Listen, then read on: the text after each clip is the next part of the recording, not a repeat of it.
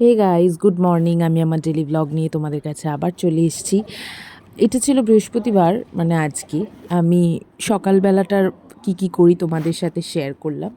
এখানে আমি ঘুম থেকে উঠে চাটা খেয়ে একটু ড্রাই ফ্রুটসও খেয়ে নিয়েছিলাম, যেহেতু এটা আমার ডায়েট চার্টের মধ্যে পড়ে। তারপর মাকে একটু হেল্প করছিলাম, প্রথমে জলখাবার বানালাম, লুচি টুচি বেলে টেলে দিয়েছিলাম মেখে টেকে। আমি কদিন রান্না করছি না, কারণ আমার শরীরটা তো ভালো যাচ্ছে না, তাই মা আমাকে হেল্প করছে। কদিন ধরে আমার পোস্টে কতগুলো কমেন্টস আসছে, ইভেন বিশেষ করে হোয়াটসঅ্যাপেতেও আমাকে অনেকে জিজ্ঞেস করে যে তুমি কি সমস্ত কাজ ঘরের একাই করো? মানে তারা নতুন নতুন বিয়ে করবে এইটা একটু ভয় পেয়ে গিয়ে তারা জিজ্ঞেস করছে যে শাশুড়ি মায়েরা কি কিছুই হেল্প করেন না। একটা কথা বলে রাখি, এটা সম্পূর্ণ ভুল ধারণা, জানো তো। ফ্যামিলিতে যদি সবাই তোমার পাশে থাকে, বিশেষ করে তোমার শ্বশুরবাড়িতে তোমার শাশুমা যদি তোমার বেস্ট ফ্রেন্ড হয়, তাহলে কিন্তু তোমার আর কোনো কিছুই অসুবিধা হবে না। আর সে যদি প্রচণ্ড হেল্পফুল হয়, তাই উনি বেশি কথা মুখে বলেন না, কিন্তু ওনার কর্তব্য আমার প্রতি যে ভালোবাসাটা, সেটা উনি কাজে করে বুঝিয়ে দেয় সব সময়, যেটা আমার এই কদিন আমি বুঝতে পারছি। আমি ওনাকে কেটে কুটে বেটে বুটে ছাড়িয়ে ছুড়িয়ে দিয়ে মেখে টেখে দিয়ে উনি সম্পূর্ণ রান্নাটা আজকাল নিজেই করছেন।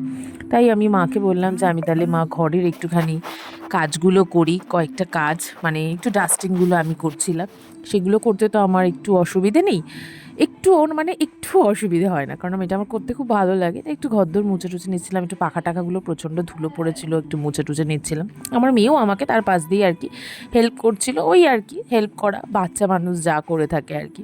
তা আমি একটু সিলিং টিলিংগুলো মুছছিলাম।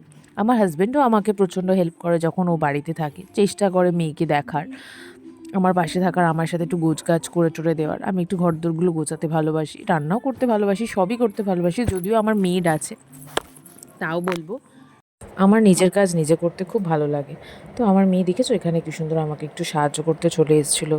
ও ফুলঝাড়ু নিয়ে আর কি মাকে হেল্প করছিল, যদি কিছু হেল্প করা যায়। আদৌ কোনো কিছু হেল্প করে না, কাজ পণ্ড করে দিয়ে যায়। তো যথারীতি আমি স্নান টান করে নিয়েছিলাম। তারপরে সব কাজ তো এখানে দেখানো সম্ভব না, আর সবসময় মেয়ে ফোন ইউজ করতে দেয়ও না, ফোন নিয়ে চলে যায়। যতটা পেরেছে দেখিয়েছি। এবার খাওয়া দাওয়া করে তারপর মেয়েকে এখানে খাইয়ে টাইয়ে দিয়েছিলাম। তারপরে 3টের সময় ওকে একটু আমের জুস টুস দিয়ে ঘুম পাড়িয়ে দিয়েছিলাম। ও তারপর ঘুম থেকে উঠে ওর বাবার সাথে একটু খেলাধুলা করছিল। প্রত্যেক দিনই করে থাকে, ওর বাবা আসে 3টের সময় খেতে, ওর সাথে একটু সময় কাটায়।